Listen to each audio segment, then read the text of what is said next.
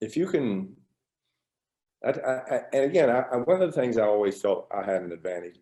I always thought I knew what everyone was doing before they're going to do it.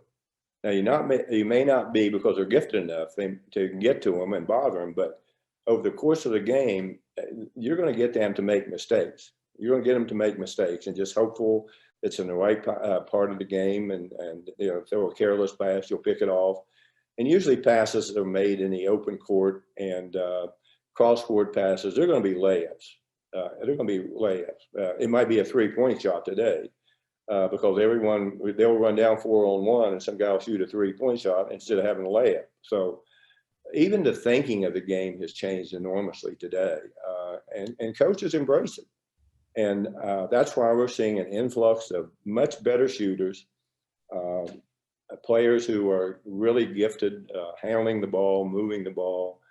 And they start so early today. They have so much information on their hands, so much shooting information. They have all of these basketball camps, AEU camps, tournaments all summer.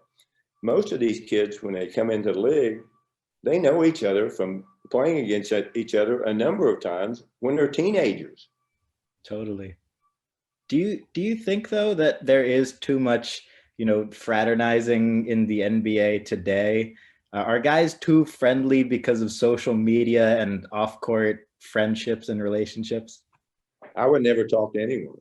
I didn't want to talk to the players. I didn't even want to shake their hand for a game. I just thought it was disrespectful. I always had great respect for the players I played against, and more importantly, I just thought it was something I didn't. Why shake hands with the enemy who wants to kill you?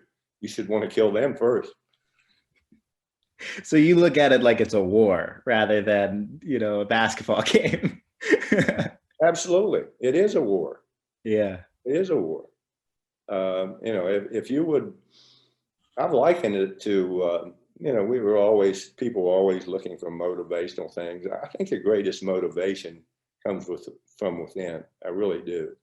And the ones that are self-motivated, the coach doesn't have to get up and make some kind of a speech that's going to rouse the room. I hated when coaches did that. I didn't want to hear them. I just wanted to go play because all that stuff in my mind had already been thought out. And by playing against these players for a number of times, you have sort of had a catalog in your mind of what they did and what they didn't do. But the end of the day, I was very self-motivated.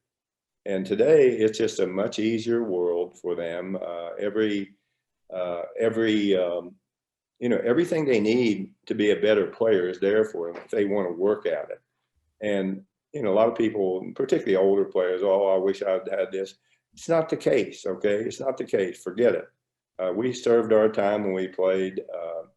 It certainly wasn't the best of circumstances, both from a travel standpoint and from a health standpoint, because we just didn't have what they have today, the resources, and more importantly, the resources to learn how to get better, teaching aids, people to work with you individually. If in summer sometimes when getting close to training camp, I might want to go shoot somewhere, I'd have to chase every ball that I shot if I missed it.